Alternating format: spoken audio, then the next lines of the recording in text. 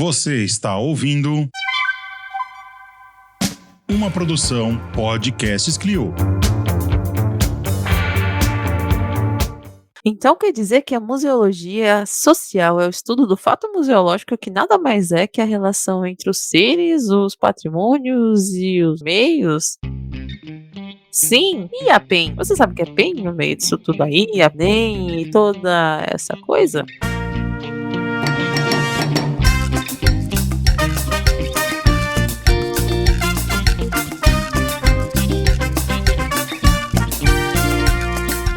Alô, Brasil!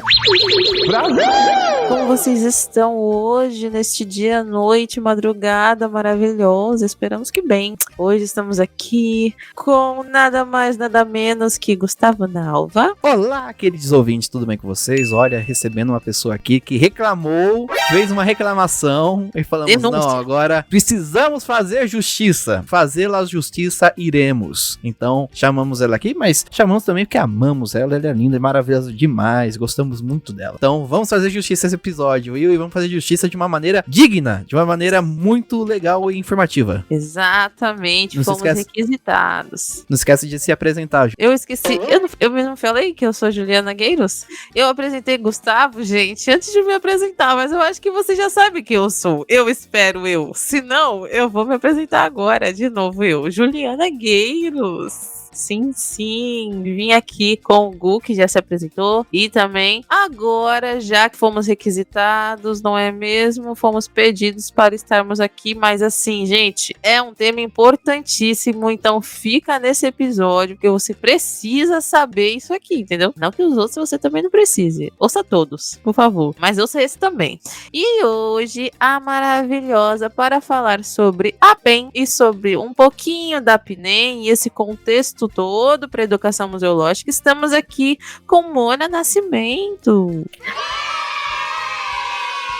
Olá, gente. Sempre um prazer estar aqui. E sim, reclamei mesmo. E tô aqui de novo. Olha, gente, dica, reclamem para voltar, porque está aqui uma delícia e eu não me aceitei vir aqui uma vez só. Eu queria voltar e eu voltei. Eu tô sempre ao alcance, eu sempre digo. Tá vendo? Oi, gente, como fui muito gentilmente apresentada pelo Gustavo e pela Juliana, eu sou Mona Nascimento, aqui da Bahia, da REM Bahia, da REM Brasil e atualmente da PEN Brasil, que é o motivo por estar aqui hoje, né? Chorei sim, pedi esse espaço, vocês vão saber por quê daqui a pouquinho. Perfeita! No terceiro episódio você já sabe que pode pedir, né, música. Já posso pedir música? Lá naquele programa de domingo? Exato, não, nesse aqui mesmo também, né? Você pode pedir e a gente coloca. Aqui mesmo, não preciso nem ir pra lá, tá ótimo. Precisa. Aqui a gente entrega tudo, garoto. A gente entrega tudo. Não prometem nada e entregam tudo. Bom, então vamos começar, porque esse episódio, gente, tem muito a necessidade de ser um episódio informativo e rápido, pois a gente precisa de respostas. Respostas, e nem é um minuto para o fim do mundo. Respostas! Eu peguei a referência certa da música, acho que eu peguei, né? Pegou. Inclusive, se Marina tivesse aqui, ela ia gritar junto comigo. Respostas! Pois a gente precisa que vocês participem disso aqui, galera. Mas o que é isso aqui, né? Estamos fazendo tanto churumelas e não estamos falando, né? Suspense, nós estamos falando para te prender aqui. Agora vai.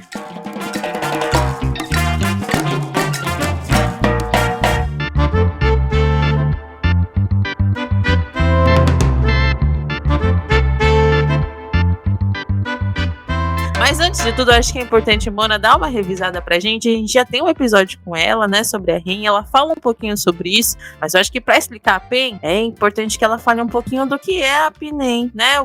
Como foi construída, qual que é o contexto, pra que serve também, pra depois a gente já ir entrando na PEN e vocês entenderem por que isso aqui é importante. Então, Mona... O que é esse tanto de sigla, pelo amor de Deus? Não, é muita sigla. sigla. REM, é negócio de Então, vamos lá. Então, já falei bastante sobre a PNEM lá no episódio em que eu falo sobre as RENs, mas hoje eu quero recapitular algumas coisas. A PNEM, que significa Política Nacional de Educação Museal, é uma normativa, é uma diretriz, é um documento estruturante do campo da educação museal brasileira. E da onde veio ele, como é que ele nasceu? Vou fazer um panorama histórico bem rapidinho aqui. Vou convidar vocês a voltarem no tempo, ali no início dos anos 2000, quando a gente estava numa organização do campo do campo dos museus, no campo museal mesmo, por uma estruturação maior do campo. Aquele momento, em termos de políticas públicas, a gente tinha quem cuidava dos museus brasileiros era o Instituto do Patrimônio Histórico Artístico Nacional, o IPHAN. Lá dentro você tinha, dentro de todas as questões de patrimônio, o cuidado com os museus. Ali, mais ou menos, algumas pessoas, acadêmicos de universidades, profissionais de museus, tanto federais vinculados ao IPHAN, quanto museus de outras naturezas administrativas, começaram a se organizar e entender que o campo de museus precisava ali de uma estruturação. Claro que a gente já tem políticas públicas voltadas para os museus muito fortes ali no período da década de 30, a gente tem uma quantidade de museus nascendo ali na década de 20 e 30 muito grande, fora aqueles que já existiam desde o século XIX, tal, aqui no Brasil. Década de 80 teve outro fervo ali também, em termos de políticas públicas para o campo dos museus, e no início dos anos 2000 a gente teve essa efervescência mais voltada para uma especificidade do campo dos museus. Geralmente as políticas de patrimônio impactavam museus, mas era uma coisa sempre muito ampla. E aí naquele momento começou a se desenhar o quê? Uma política nacional de museus, um documento público, um documento que direcionava esse campo de forma mais específica. A gente teve aí coordenações de eixos feitas por profissionais destacados da época. Vou dar um exemplo, que é o exemplo do Coração Baiano, porque a nossa emérita professora Maria Célia Teixeira, doutora aqui emérita da UFBA, ela coordenou o eixo 3, que é o eixo que fala de profissionalização do campo, e lá no eixo 3 ela já fala, inclusive, ela propõe, né, e com muita validação do campo, ela propõe que se construam políticas específicas para o campo da educação patrimonial e da educação museu. Ela já fala aí, ela já pensa aí nessa distinção. Guardem isso, que daqui a pouco a gente volta nesse ponto aí do eixo 3 da PNM, tá? E aí é muito interessante lembrar que o contexto de criação da própria PNM, eu tô falando aqui de Política Nacional de Museus, foi muito colaborativo, foi muito participativo. E aí, em 2003, quando a gente finalmente teve um Ministério da Cultura estruturado, que tinha uma visão de cultura, de política cultural de forma ampla, né? O então ministro da Cultura na época, Gilberto Gil, ele fala com muita ênfase de que cultura não é uma coisa supérflua, a gente precisava tratar a cultura como arroz e feijão, uma necessidade básica das pessoas. Saudades. Oh, meu Deus. Vamos sonhar de novo. Estamos podendo sonhar de novo. Então, naquele momento, a gente entendeu, né, que era um momento muito propício de organização do campo cultural. E aí eu estou falando de política cultural de forma ampla. A gente teve aí uma política nacional, um plano nacional de cultura, conselhos nacional de cultura. A gente teve conferências, né, setoriais, regionais, nacionais de cultura. Foi um momento de muita pujança e participação política da sociedade civil, sobretudo do campo da cultura. E com o campo dos museus não seria diferente. Em 2003 foi aprovada a Política Nacional de Museus. Essa política, ela preconizava aí uma estruturação maior do campo dos museus. Então, mais ou menos aqui em 2004, você teve dentro do IPHAN a criação de um DEMU, que era o Departamento de Museus, que foi se estruturando até em 2009, né? A gente teve aí o Estatuto de Museus, que foi aprovado, que é uma lei de legislação que estrutura o campo dos museus brasileiros. Ele foi aprovado ali em janeiro de 2009, e lá para o meio do ano de 2009 foi criado o IBRAM, né? Esse DEMU, que era do IPHAN, desmembrou-se e virou uma outra autarquia, que é o Instituto Brasileiro de Museus. Todo esse contexto para dizer, mais uma sigla, né? IBRAM, IPHAN e tal, para dizer que esse contexto ele foi muito rico do ponto de vista das organizações culturais, os campos, os profissionais, as categorias começaram a se organizar de uma forma muito importante. E aí, nesse mesmo ano, vamos voltar aqui, lá em 2003, quando o Reverso se Segundo meu reverso. Naquele ano de 2003, quando a PNM, Política Nacional de Museus, foi implementada, os educadores, as educadoras, sobretudo as educadoras museais brasileiras, começaram a se organizar e começaram a pensar aí que precisava-se também começar a pensar em algo específico no campo da educação museal, tá? Então, em 2003, nasce, junto com a PNM, nasce a primeira REM, que é a REM Rio, que vai fazer quase aí, tá beirando os 20 anos. Então, a primeira REM nasce nesse mesmo ano. Lá em 2010, um ano depois da criação do IBRAM, aconteceu o primeiro encontro de educadoras e educadores do IBRAM. Então, foi o encontro dos profissionais de museus que trabalhavam nos museus do IBRAM com a educação, e eles se organizaram lá no Museu de Petrópolis, fizeram uma reunião e saíram de lá com um documento que a gente chama de Carta de Petrópolis, e nessa carta já se fala sobre a importância de se organizar uma política nacional de educação museal.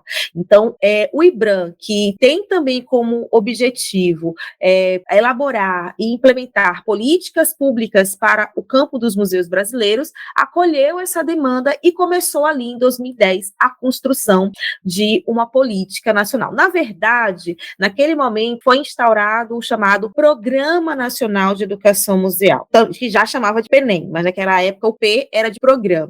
E aí a primeira ação do PNEM foi o lançamento de um blog, porque a ideia é que a construção fosse colaborativa. Então esse blog ficou no ar aí durante 9 meses e todas as pessoas do Brasil, tanto pessoas jurídicas como museus, quanto pessoas físicas, educadoras, educadores, poderiam participar, colocando ali as suas impressões. Já ali no blog, já começou a ter um desenho de eixos, não, a gente chamava, não era de eixos que chamava, eram de... Esse bloco ainda existe? GT. Existe sim, esse bloco existe. Vamos colocar também, se puder dar o link. penem.museus.gov.br. Penem. Hoje em dia ele não é mais um blog, hoje em dia ele é um site, mas toda a memória desse tempo tá lá, sim, entendeu? E blog é bem coisa da época mesmo, né? O pessoal tava bem antenado na época, né? Nós éramos bloggers.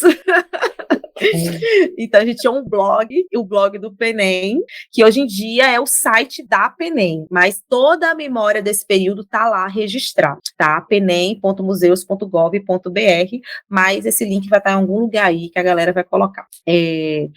Beleza, estamos em 2012, foi quando o blog foi lançado, estamos em 2012. Quem estiver ouvindo agora quiser já dar uma olhadinha, né? Porque se tiver no Spotify alguma coisa, tá na descrição do episódio, vai lá na descrição do episódio, vai estar o linkzinho lá, vocês entram, tá bom? Pronto. E aí, a gente fez GTs, grupos de trabalho. A gente já tinha organizado ali alguns grupos de trabalho e por eixos temáticos. Então, o primeiro eixo era perspectivas conceituais, aí tinha profissionalização, comunicação, gestão. Então, a gente entendeu que era necessário discutir a educação museal dentro de todas essas perspectivas, né, do campo dos museus ou de outras naturezas temáticas.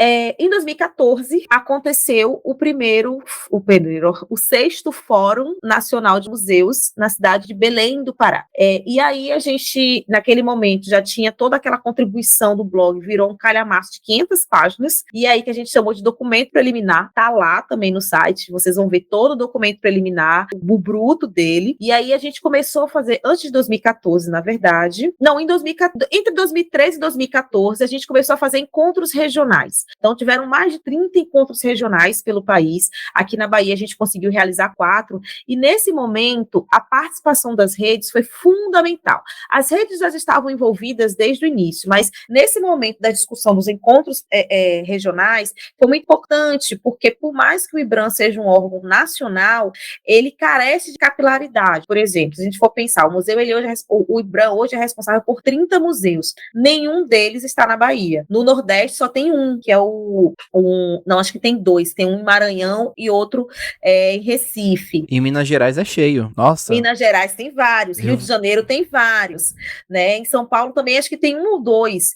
Tem pouco, então, no Norte não tem nenhum, né? Então, o IBRAM em si não tem, acho que no Sul tem um também, que é o das Missões, lá no Rio Grande do Sul. Então, não tem uma capilaridade em termos de museus, né? Pouquíssimos museus são vinculados ao IBRAM, e mesmo assim ele não consegue também abarcar todos. Então, quando as redes se colocaram à disposição para organizar eventos, né, que falassem, discutissem o documento da PNEM, foi sensacional, né? Então a gente conseguiu uma capilaridade boa. Imagine que a gente conseguiu fazer pelo menos um encontro em cada estado. Isso é fato, né? Isso foi legal. E aí fizemos os encontros, né, da PNEM, discutimos, fomos para o 6º fórum, onde foi realizado o primeiro encontro do PNEM. Lá a gente conseguiu discutir as perspectivas conceituais e nasceram os princípios da PNEM, né? Então os 5 princípios da PNEM nasceram na Carta de Belém, que está também lá no documento de síntese, na verdade no caderno da PNEM, que compila toda essa história. Quarto take, fomos para 2017, porque em 2016 era para ter o 7º fórum, que o fórum acontecia, né, de 2 em 2 anos. Mas 2016 foi um ano tranquilinho no Brasil, não sei se vocês estavam aqui. Nossa, tranquilaço, tranquilaço. Tipo, gostaria de nem estar, no caso, mas várias emoções. Não aconteceu nada demais. Aqui a gente costuma brincar que o mundo mesmo acabou em 2012 mesmo, igual os maias comentaram, né? Que a gente só foi vivendo o limbo depois. É isso, a gente tá vendo uma era pós-apocalíptica. Os maias sempre tiveram razão, é porque a gente não quer acreditar. Aqui a gente fala que a última coisa que segurava do mundo, mantinha a paz mundial, era o Chorão do Charlie Brown. Depois que ele foi, já era. Morreu em 2014, 2013. Cara, tudo fez sentido agora, Gustavo. Tudo. Quando ele morreu em 2013, já começou os protestos lá sobre o aumento e começou MBL, aí, filha. E ele não queria, mas ele sempre disse, né? Às vezes faço o que quero, às vezes faço o que tenho que fazer. Isso. Pra você E ver. ele também falava... Perdeu isso? Perdemos tudo. E ele também falava que molduras boas não salvam quadros ruins. Tome aí, não, na nossa cara, Chorão. Essa vai ser a frase da sua tese de mestrado, né, Gu? Vai ser a frase assim. A Chorão, primeiro agradecimento. Primeiro gostaria de agradecer Chorão. Agradecimentos a Alexandre Magno Abrão. Abrão, porque ele é parente da Sônia Abrão, porque o Brasil é isso, nada faz sentido aqui. O Chorão ser primo da Sônia Abrão.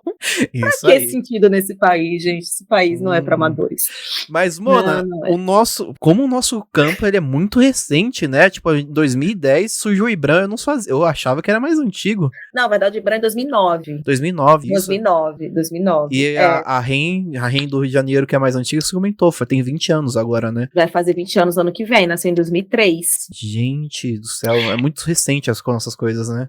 Então, essa coisa do campo ser recente é relativo, né? Porque eu estava até conversando com uma colega esses dias, que ela fala que, mas educação museal é um conceito muito recente, então não dá para falar que tem educação museal antes do conceito ser cunhado. E assim, eu parto muito do princípio de que os conceitos nascem para nomear coisas que já existem, né? A gente não... o conceito não é uma coisa abstrata que vem do nada. Ele, na verdade, tenta cercar ali, dar contornos a uma coisa que já existe. É o caso da educação museal. Se a gente for fazer uma recuperação histórica da relação dos museus com a educação, a gente se perde, a gente não consegue sequer encontrar um momento histórico que isso começou. Claro que a gente vai se perguntar, que conceito de museu, que ideia de educação, é a mesma educação que a educação museal, enquanto o campo hoje propõe, a ideia de uma formação integral, uma educação emancipadora, democrática, sabe?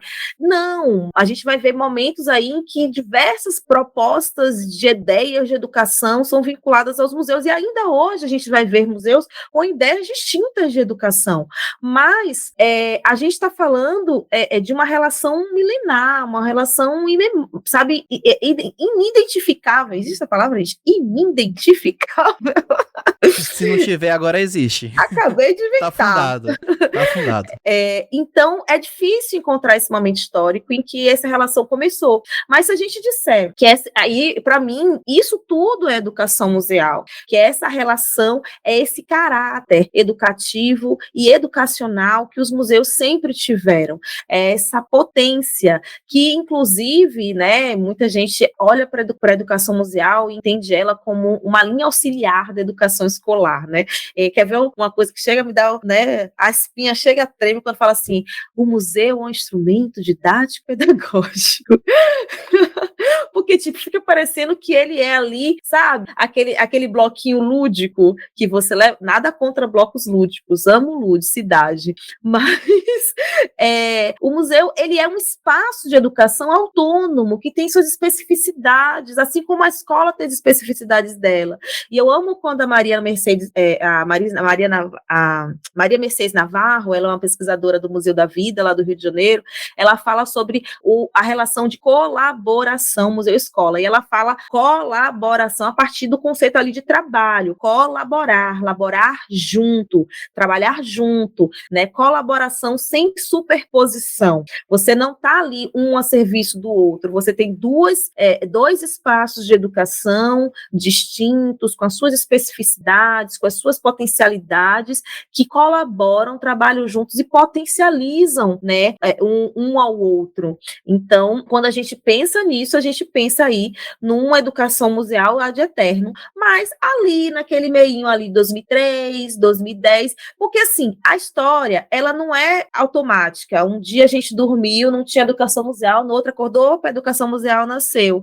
Mas a gente, por uma questão didática, até a gente estabelece marcos. E até é legal você falar sobre isso, porque a gente trouxe a Átila uns episódios atrás aqui. Ele comenta, né? Ele comenta que ele puxa que ele começou a questão de educação museal, ele considera que começou lá no Museu Nacional, em 1900. Não, isso é um outro marco. O marco de institucionalização da educação museal brasileira é 1927, com a criação do Serviço de Assistência ao Ensino do Museu Nacional, que inclusive é o setor educativo mais antigo e o setor educativo mais antigo em funcionamento, porque ele nunca parou de funcionar, mesmo depois do incêndio que acometeu o museu em 2018. Alô, galera do Museu Nacional, queremos vocês aqui. Por favor, chame a galera do SAI, vocês vão ouvir muitas coisas interessantes. E o Museu Nacional agora acabou de reinaugurar a fachada, uma alegria, gente. Eu tive lá no Rio de Janeiro em junho desse ano, na Conferência Nacional de Museus, que não sei falar, gente, vocês alemães me perdoem, mas eu vou falar assim do jeito mais fácil possível, que é o Goethe Institute. Gente, Goethe é um negócio difícil de falar, né? Vai falar da Goethe Institute mesmo. O Goethe Institute lá do Rio de Janeiro com o Museu Nacional realizou essa conferência para discutir, inclusive, todo o processo de reestruturação da exposição, enfim, da reestruturação mesmo do museu. E eu tive lá na obra, foi muito doloroso ver, porque eu morei no Rio de Janeiro até 2016, eu tive no Rio de Janeiro em 2017, 2018, não, eu tive em 2018 no seminário da Casa Rui em maio, fui no Museu Nacional e em setembro pegou fogo. Então, foi assim, muito doloroso voltar lá no ano passado e ver aquele, tipo assim, foi muito louco, porque tipo, aquele corredor que era eu falei, gente, não é possível, isso aqui era aquele corredor, isso aqui não, isso aqui já estava desativado antes do incêndio, não, isso aqui era uma recepção, isso aqui tinha um balcão, as pessoas entravam, foi muito, muito louco ver o estado das coisas, e depois ver que a fachada foi reinaugurada, foi assim, sabe aquela sensação de que é possível, claro, nunca mais será o mesmo, mas a gente acabou de dizer, a história é dinâmica, a cultura é dinâmica, o patrimônio pode ser dinâmico, e ver aquilo sendo recuperado com o esforço de muitas pessoas envolvidas, realmente está sendo emocionante. Então, salve aí para a galera do Museu Nacional, salve aí para a galera do SAI, que é a minha querida Andréa Costa, beijo e toda a equipe. Olha aí, você já tem contato, passa contato pra gente. Claro, queridona Andréa, vou passar sim, viu? Andréa tá ouvindo, eu vou passar o contato seu para esse povo aí para te chamar para vir conversar aqui, tu vai gostar. Eu reclame com Mona se não gostar depois, mas a gente não, viu? 2016 foi um ano muito tranquilo no Brasil, só que não, e aí o fórum que tinha que acontecer, não aconteceu, e depois de muita reivindicação, inclusive da REM, a REM Brasil, inclusive, foi criada lá em 2014, durante o fórum, mas já falei disso no outro episódio, procurem aí, viu, gente, meu episódio sobre as REMs, eu não lembro qual é o número, mas, enfim, bota o link, né, de um episódio outro, tipo assim, Mona Nascimento, parte 2. Eu vi aqui, eu acho que é 26 ou 28. Nossa, faz tempo que eu não venho aqui, não, hein? Então, aí, em 2017, teve o segundo fórum, a gente já tinha pleiteado a contratação de uma consultora, que foi a queridona Luciana Conrado. Ela fez a consultoria para a gente conseguir fechar um documento preliminar, uma minuta de um documento, perdão, uma minuta do texto final da PENEM, que foi aprovada, obviamente, com muita discussão, muitas ressalvas, muitos pedidos de inserção, reimersão, enfim, foram 2 dias de plenária, e a gente conseguiu aprovar o texto final da PENEM, que foi aprovado em 2017, e nesse mesmo ano, 30 de dezembro, foi aprovada uma portaria, mas a portaria foi revisada no ano passado, então a do ano passado eu não lembro o número, mas está lá tudo no caderno da PENEM, que foi publicado em 2018. O caderno da PENEM em 2018 foi publicado, onde tem toda essa memória que eu falei para vocês. Eu vou mandar o link aqui do caderno da PENEM, que está online também, tá lá no site da PENEM, mas eu vou botar o link direto do caderno para vocês não terem preocupação. Eu gosto de facilitar a vida das pessoas. Copiei aqui e colei aqui. E aí, lá a gente conseguiu finalmente aprovar, caderno da PENEM, tudo direitinho. E aí, lá em Porto Alegre, a gente aprovou a Carta de Porto Alegre. A gente gosta de uma carta, vocês perceberam, né? Carta de Petrópolis, Carta de Belém, Carta de Porto Alegre. E aí, lá em Porto Alegre, a gente aprovou uma carta que dizia que, entre outras coisas, era muito importante. Ok, temos uma política, Ei! Só que a gente precisa que essa política seja constantemente revista, constantemente atualizada, e que, sobretudo, porque olha só, via de regra, não que tenha regra para isso, mas via de regra, o comum mesmo é que a gente conheça um campo e, a partir do conhecimento gerado por esse campo, a gente identifique problemas, identifique questões, e a partir disso você proponha políticas públicas. Dentro de um ciclo de políticas, espera-se, né, o ciclo de política de milhões dos sonhos, espera-se que assim seja, que você produza dados, tenha indicadores sólidos, e a partir disso você produza políticas públicas. É assim que acontece? Quase nunca. Por quê? Porque tudo é muito dinâmico, a vida social, muitos problemas se impõem, pesquisa é uma coisa muito difícil de se fazer nesse país ainda, pesquisa acadêmica é um problema, pesquisa em instâncias governamentais com vistas à construção de políticas públicas, menos ainda, né? E em determinados momentos históricos isso fica mais complicado. Vocês estão vendo aí a luta que está sendo para fazer um censo. O censo de 2020 está sendo feito esse ano a duras penas, né? Então, essa produção de dados, essa qualidade, sobretudo a constância, né, para construir séries históricas é muito complicado no país. A gente tem um problema sério de produção de dados aqui. E no campo da cultura não seria diferente. A gente sabe o quanto é muito difícil encontrar uma gestão pública voltada para a produção de dados de qualidade. E não temos dados, a verdade é essa. A gente teve aí um começo aí dentro, um diálogo aí com o IBGE para a produção de dados específicos para a cultura. A gente tem aí algumas pesquisas que foram feitas ali em 2016, 2014, 2016 acho que ainda teve. Eu estou tentando lembrar o nome, aquela dos municípios.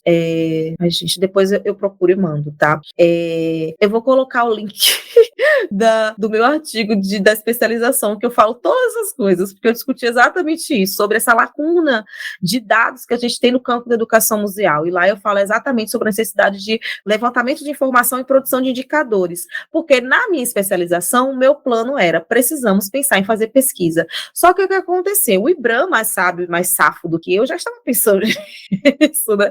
E aí eles começaram a construir algumas pesquisas mais pontuais. Só que eu lembro que eu falei, o IBRAM não tem capilaridade, o IBRAM sozinho não dava conta. E aí eu já vou começar a falar do assunto 2, porque para a gente começar a pensar em reformular a PENEM, em avaliar a PENEM, em descobrir se o que está lá na PENEM de fato atende às especificidades e necessidades do campo da educação museal brasileira, a gente precisava de pesquisa. E agora? O que será que aconteceu? Agora vamos entrar na nossa segunda questão, que é a questão que a gente precisa discutir, galera, que é a spoiler alert, a PEN. Diga aí, Mona. Então, não temos dados. Vocês terem noção, a gente sequer sabe hoje hoje, quantos museus brasileiros têm setor educativo? Não sabemos.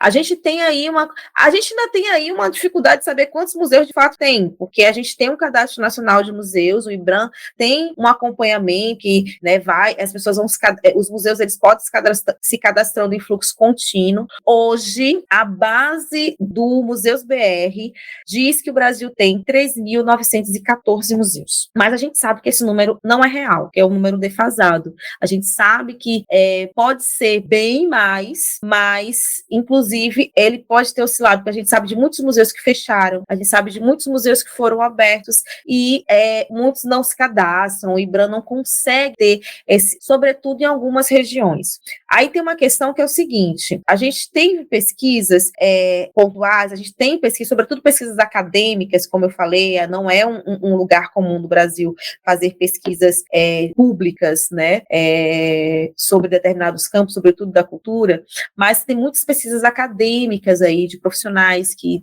ingressam em programas de pós-graduação, mestrado, doutorado, pós-doutorado, que desenvolvem pesquisas sobre o campo dos museus, sobre o campo da educação museal. Mas essa é a primeira vez que um Instituto Federal, né, promove uma pesquisa de abrangência nacional, porque a gente tem um apagão de dados geral, mas a gente tem um apagão de dados especificamente de pontos do país. A gente não sabe o que está acontecendo no norte, né? O norte do país a gente tem uma dificuldade muito grande de acessar, e assim, de acessar mesmo, porque a gente liga para lá e às vezes o telefone não funciona, porque é uma frequência diferente, tal. Gente, é uma loucura. Uma passagem de avião para o norte é caríssima, às vezes é menos caro você sair do país do que você ir visitar o norte, né? A gente tem um isolamento daquela região do resto do país que é absurda, né? Então, uma das nossos desafios com a PEN Brasil é justamente conseguir, de fato, que seja uma pesquisa de abrangência nacional, tá?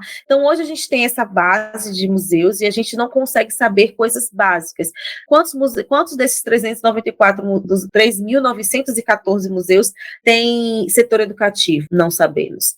Qual é a nomenclatura comumente utilizada para chamar o setor educativo? Setor educativo, eu já trabalhei em setores educativos, em coordenações de educação, em gerências de educação, eu já trabalhei em lugares que tinham nomenclaturas diferentíssimas. Você não sabe como é que o próprio educadora museu é chamado. Eu já fui mediadora, eu já fui monitora, eu já fui educadora, eu já fui várias coisas.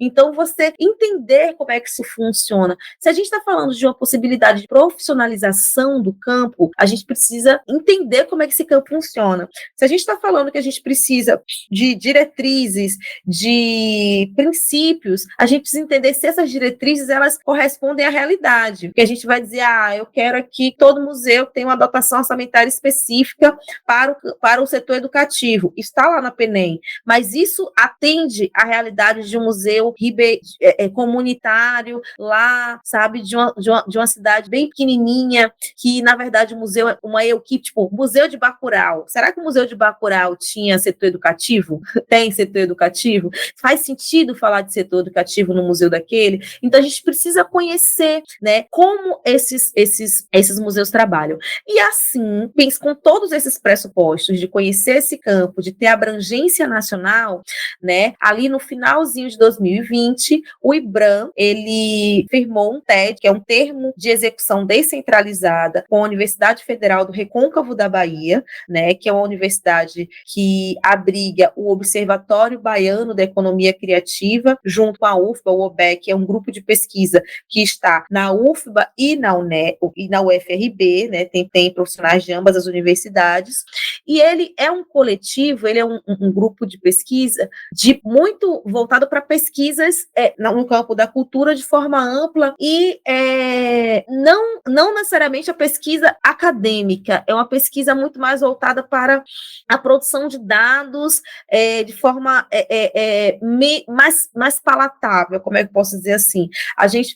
Dados são produzidos com esse viés dinâmico, não é aquela pesquisa que está dentro de uma pesquisa, de um programa de pós-graduação que vai resultar num doutorado, num mestrado, não é isso. São pesquisas, né, mais ali de cunho dinâmico. E pensando nessa expertise do OBEC, o IBRAM fez essa contratação e a pesquisa começou a ser desenvolvida. Eu fui convidada, né, como pesquisadora visitante, para estar por perto, né, por ser uma pessoa que estou aí acompanhando esse campo há algum tempo, e aí estou nesse processo.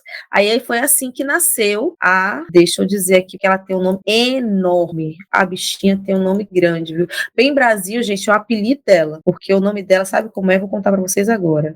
Ela se chama assim, Pesquisa Nacional de Práticas Educativas dos Museus Brasileiros, um panorama a partir da Política Nacional de Educação Museal. É uma tese de mestrado. Não é, gente? Tá, a gente conseguiu só seu PEN. Aí a gente chamou de Pesquisa Educação Museal Brasil, PEN. Você vê? Poder PEN da síntese, né? É uma coisa.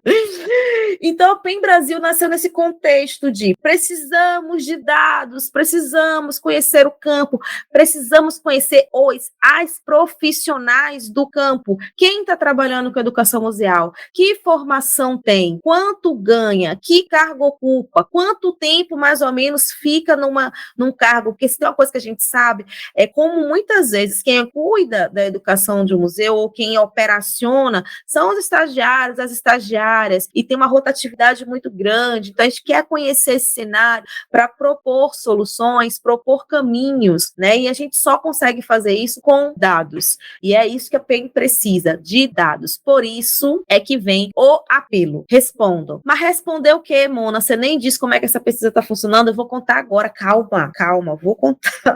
Segurem-se nas cadeiras, museanders. Vai com calma.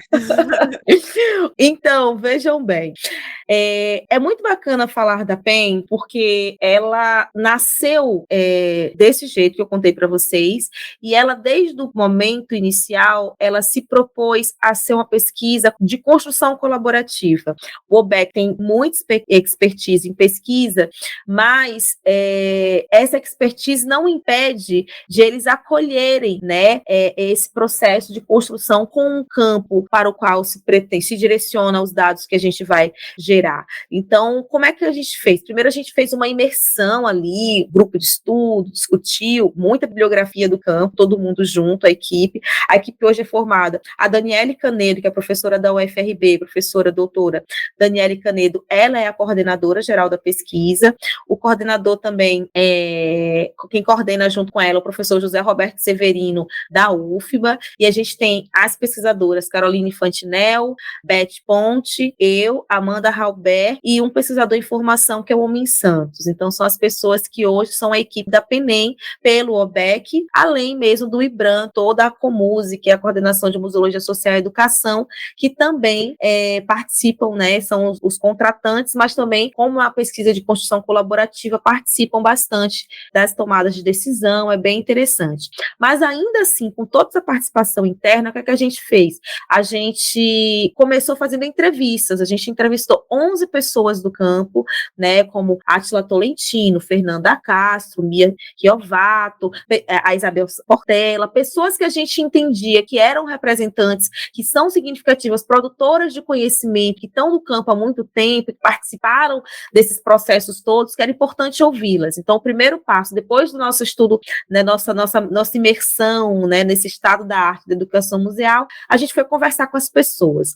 Depois que a gente conversou com essas pessoas, a gente começou a construir, né, esse documento preliminar. A gente entendeu primeiro quais eram as dimensões que a pesquisa, né, precisava ter, e a gente chegou aí na ideia de que a gente precisava ter aí 4 dimensões. Na verdade, a gente foi bem sofrido esse período, porque a gente identificou várias questões que eram importantíssimas. Precisamos fazer isso, precisamos descobrir isso, porque a carência de dados é tão grande que a gente queria que essa pesquisa desse conta de tudo, mas aí a gente teve que pegar aquela tesourinha mágica e dizer, não, a gente não vai conseguir fazer tudo numa sentada só, a gente não vai resolver um problema de décadas de apagão de dados com uma pesquisa, a gente precisa pensar qual é a objetividade dela para a gente ter dados de qualidade, não adianta querer responder tudo e no final não ter um dado de profundidade. Então a gente chegou em 4 dimensões. Quais são as dimensões? A primeira precisamos conhecer as práticas e atividades educativas.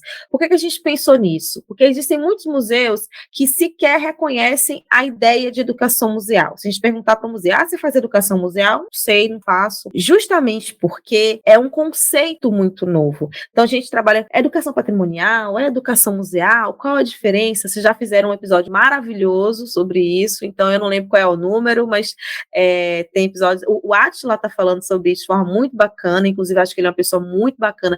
Ouça o episódio do Átila, tá, gente? É muito bom. Quem é o Átila? O Átila Tolentino, gente, lá da Paraíba. Vocês não conhecem? Como assim? Procurem saber, hashtag. Ouçam também o outro Átila lá, que tem o canal no YouTube lá, mas esse aqui, o nosso é mais importante. Eu gosto dos dois, mas assim, o Átila Tolentino tá no coração. Beijo, Átila. Então, a gente entendeu que a gente precisava ouvir os museus dizendo o que é que vocês fazem de práticas e atividades educativas. Não somos nós que vamos dizer educação museal, não é educação museal. A gente quer que esse campo seja difundido, que a gente reflita sobre isso e as pessoas cada vez mais vão entendendo, né? Mas a gente quer, primeiro, uma das coisas que inclusive a gente pergunta é, o museu faz práticas educativas, sim ou não? Ele vai dizer se faz ou se não faz. A gente tem um palpite, então a gente começa uma pesquisa com hipótese. A gente tem uma hipótese de que a gente acha que pouquíssimos vão dizer que não, mas que mesmo esses que disserem que não, eles fazem. Mesmo dizendo que não fazem, a gente acha que fazem. Mas aí, isso aí já fica aí, quando essas respostas chegarem, a gente vai ter aí um material de análise, já pode gerar uma outra pesquisa. O bom de pesquisa, gente, é que as respostas sempre dão subsídio para outras pesquisas. Aí a gente fica o tempo todo perguntando e descobrindo coisa maravilhosa. Mas, enfim, a gente queria, essa era uma das dimensões, práticas e atividades educativas.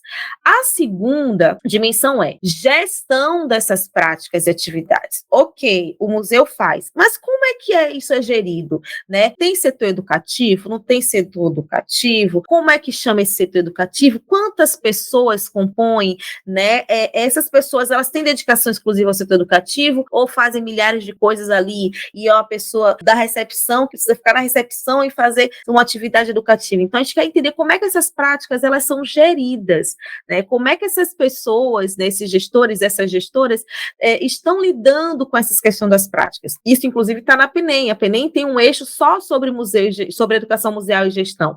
De que forma a gestão cuida da educação museal? Tem plano museológico, tem programa educativo, né? Tem dotação orçamentária para as ações educativas? Como é que faz estudo de público? Quem é que executa essas ações? Quem é que elabora essas ações? É terceirizado, não é? Então, entender como é que essas práticas são geridas. É a segunda dimensão. A terceira dimensão é a profissionalização da educação museal. A gente quer saber quem trabalha com educação museal. A gente já sabe uma coisa empiricamente, mas vamos confirmar agora com os dados. A gente sabe que é um campo muito majoritariamente feminino, muito mais mulheres trabalhando nesse campo. Mas será que isso é só uma percepção empírica? Vamos para os dados para saber. Agora, para que a gente saiba disso, museanders, que são educadores e educadoras museais, respondam a pesquisa. A gente só vai ter, de fato, um raio-x, um panorama, se a gente tiver respostas. Por isso é tão urgente falar de bem, porque a gente está aqui na mão com uma pesquisa que responde a um anseio antiquíssimo desde sempre, mas agora é a nossa vez, né? Agora a gente tem que fazer nosso nome aí. Vamos lá e responder esse negócio, né? Gustavo e Juliano já responderam? Olha, o Gustavo nem tava por dentro desse rolê, eu acho, tadinho, bichinho. E a Juliana? A Juliana, ainda não. Olha pra teto isso. De vidro. Juliana, educadora lá da Casa do Rio Vermelho. Tá lindo isso pra sua cara. Não é isso não. É porque eu falei que tipo, eu quero trazer um momento de eu responder, um momento, tipo, meio assim, de eu pegar, sentar, que eu não tive ainda esse momento. Já entendeu, Gustavo? Porque eu não posso falar que a pesquisa vai até tal dia. Pegar as pessoas, não, eu tenho tempo. Eu respondo depois. E no último dia vai travar o site. Realmente, tá vendo? Por isso que a gente nem vai dizer que o último dia é esse. O último dia pode ser qualquer um. Então vamos lá agora. Muita gente vai até amanhã. O último dia pode ser amanhã. Passam agora. Passam agora. Eu entendeu? Posso fazer uma proposta aqui? Claro, Gustavo. Seguinte, a gente vai postar no nosso Instagram, além da foto, tudo bonitinho da Mona, a gente vai fazer uma outra postagem que é a chamada para vocês irem lá responder a pesquisa. Quem for no comentário da nossa foto no Instagram e marcar um amigo, uma amiga, um amigue que trabalha com que seja educador educador, né, que trabalha em museu, quem for lá e marcar essa pessoa, uma pessoa só, a gente vai ler o nome, a sua arroba no próximo episódio. Arrasou! E vamos também sortear um livro.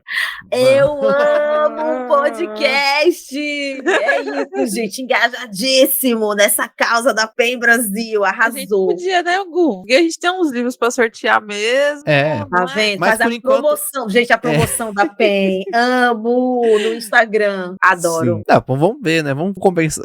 Vai estar vai ter uma postagem, gente. Então, você ouviu o episódio, corre no nosso Instagram, vai estar lá a postagem e marque alguém que você conhece que trabalha em museu. Trabalhou em Pronto. museu, marca lá. Arrasou. Beleza?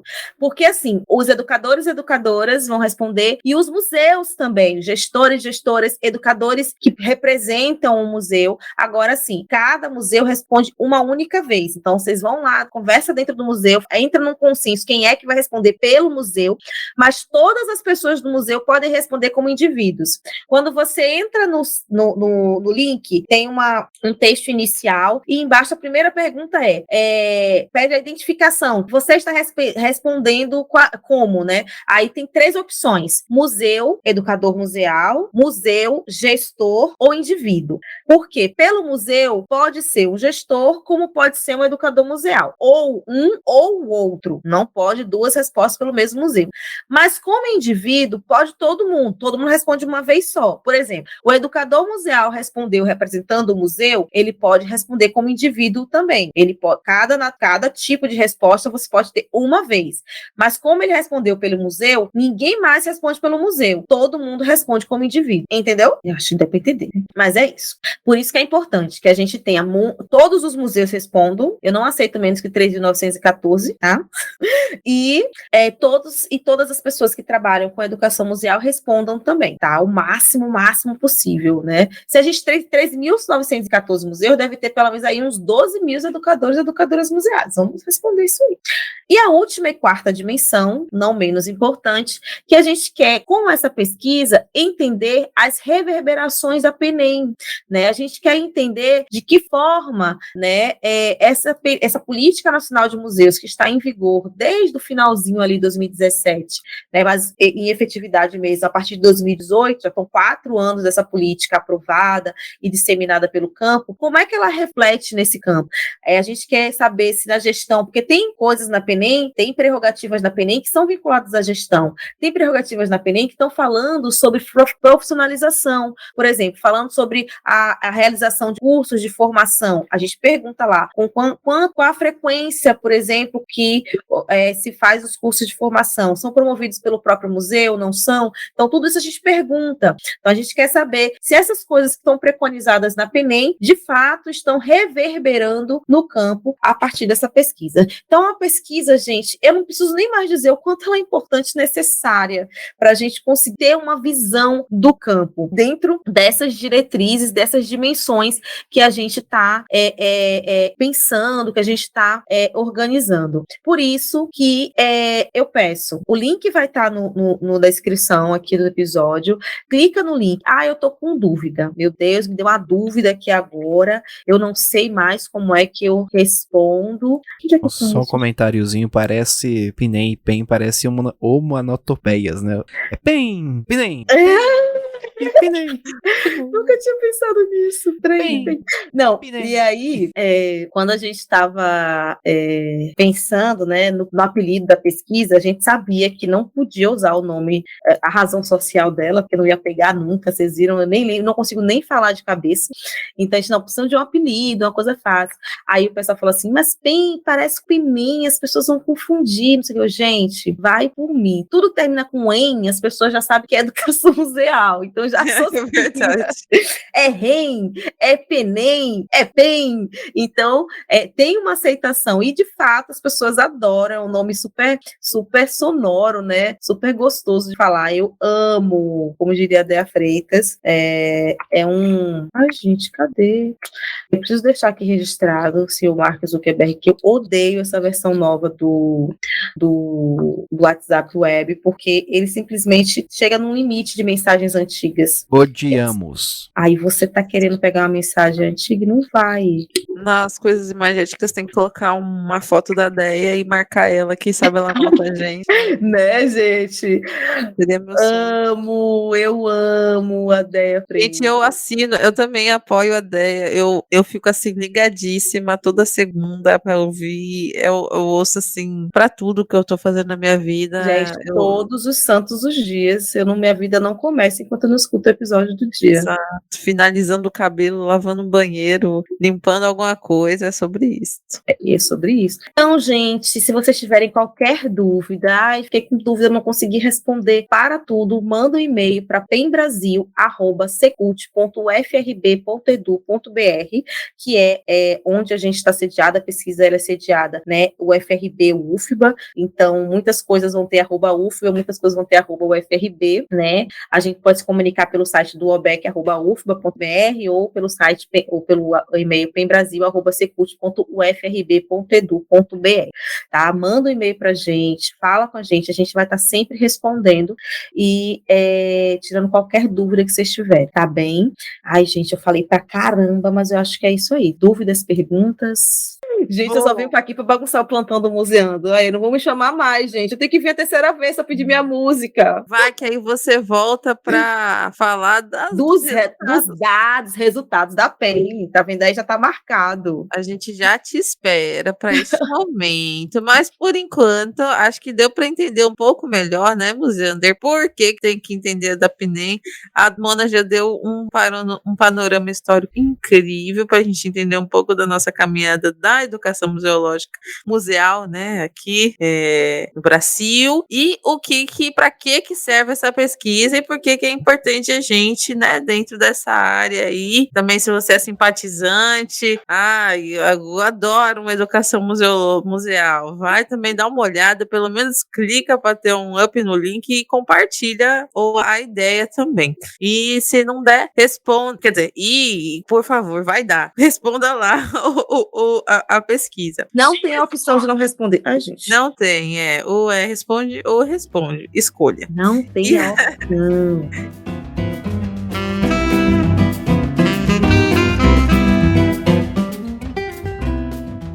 E a gente agora vai chegando no nosso fim desse episódio. Esse episódio foi bastante informativo mesmo. Foi mais pra gente lembrar, né, que da política mesmo e da pesquisa e fazer esse apelo. Viu, galera? Então, por favor, dá uma checada em todos os links que estão no nosso, né, na nossa descrição aqui.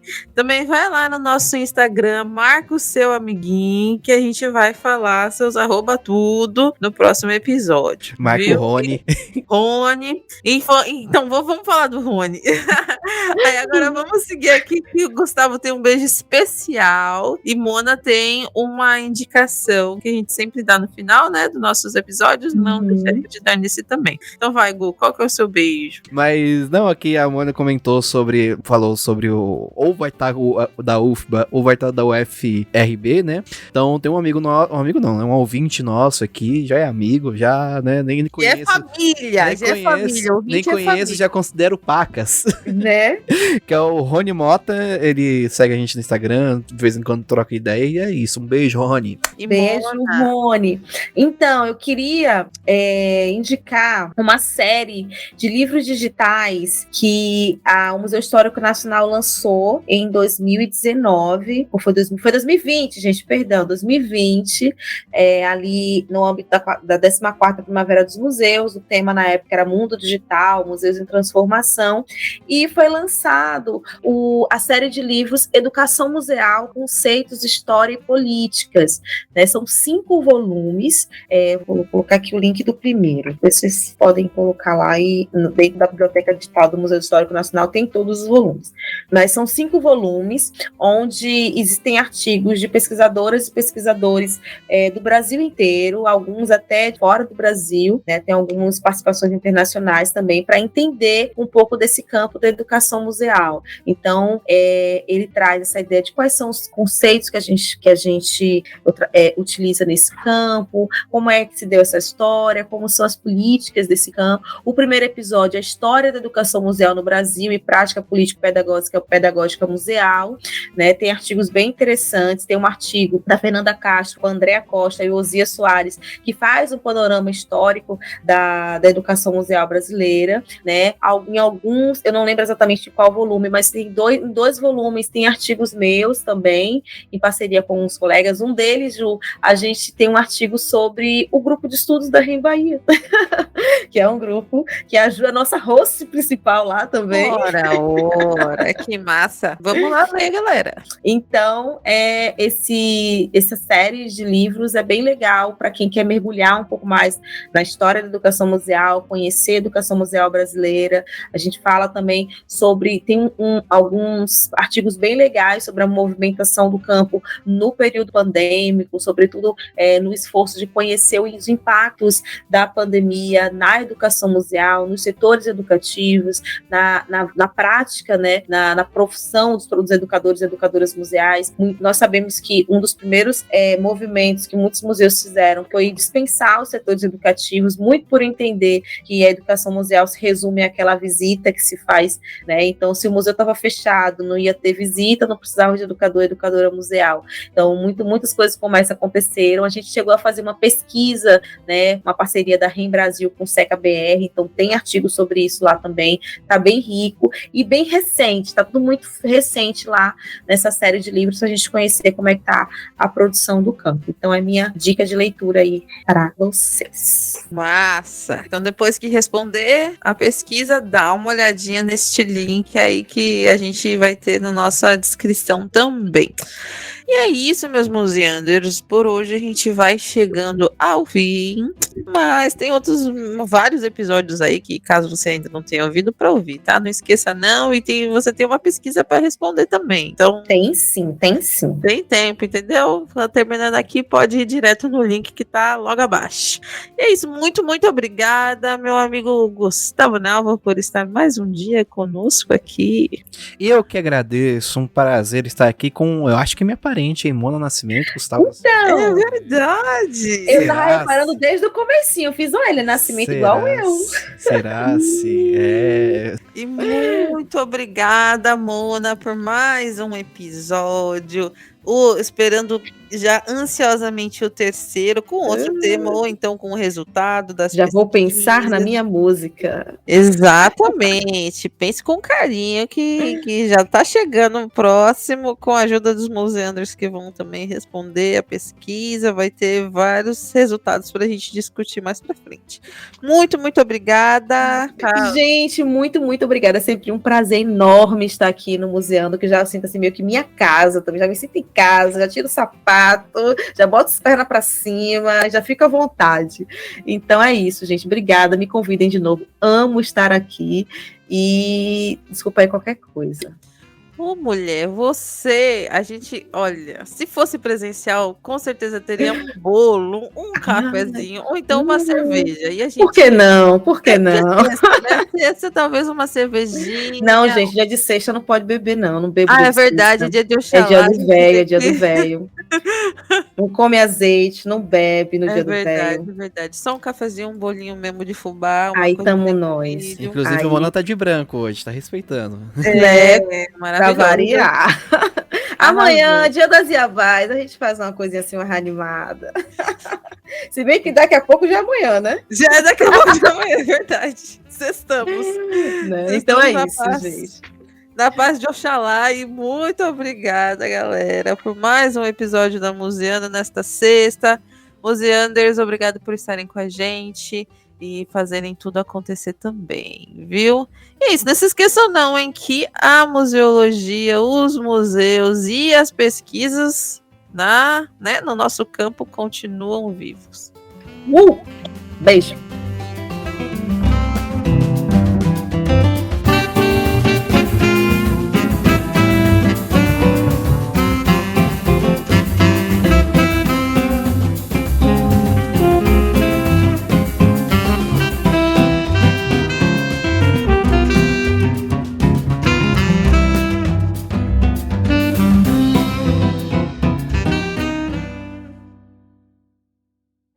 obrigado, vão com Deus, valeu. Santos!